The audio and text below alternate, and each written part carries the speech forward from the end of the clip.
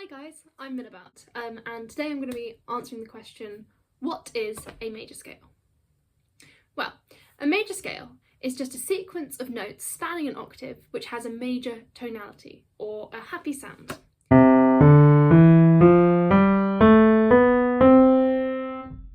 Yeah, sounds like that. So, the major scale spans the octave using a very specific sequence of tones and semitones, which is tone, tone, semitone, tone, tone, tone, semitone. So, using this format, we can construct a major scale in any key. So let's take C major, and we're going to start on the note C. And we're going to do our tone, tone, semitone. So C is our tonic, or our root note. So we're going to do C, tone, D, tone, E, semitone, F, because you can see there's no black note between those, it's just a semitone, tone, G, tone, A, tone, B, semitone, C, and we're back at the root note. So that is our major scale of C. Now, the key of C major is no sharps or flats. Key signatures are an important part of the scale as well. So a great way to work out key signature is to use that tone, tone, semitone that we've just used, but you can also memorise them if you want to. Now, a key signature is how many sharps or flats are in the scale. A scale can only have sharps or flats, it can't have both. Okay? Sharps and flats are cumulative, so that means that you always add them in the same order. So with sharps, you start with F sharp, and then you'll have F sharp and C sharp. And then you'll have F sharp, C sharp, G sharp.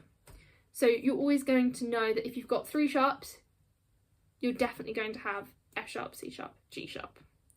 It's not just going to be any random ones. So we go F sharp, C sharp, G sharp, D sharp, A sharp, and you can see that you're taking these from the bottom of the black notes and working up, starting with the 3, moving to the 2, coming back to the 3, 2, 3. And it's the same for flats, but in reverse. So with flats, you're going to start at B flat, and then you're going to go B flat, E flat, A flat, D flat, G flat. You might notice that the flats and the sharps are using the same notes, but giving them different names. When we take one note and we give it different names, these names are said to be enharmonic equivalents of each other. Now, we use this because in order to get from the first note of your scale to the final note of your scale, you need to make sure that you're ascending up the alphabet correctly. So, for example, let's say you have a scale which might need an F and an F sharp in it. Now, you can't do that because the alphabet doesn't have 2 Fs, and you're missing out your E. So here, instead of saying F, F sharp, we would say E sharp, F sharp.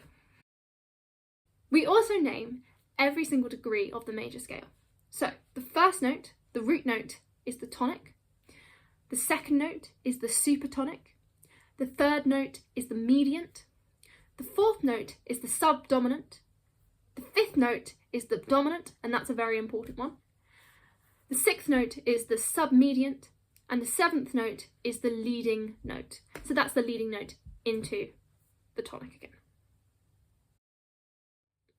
So now you know how to construct a major scale using the tone, tone, semitone, tone, tone, tone, semitone model. You know about key signatures and how to work out which sharps and flats are in it.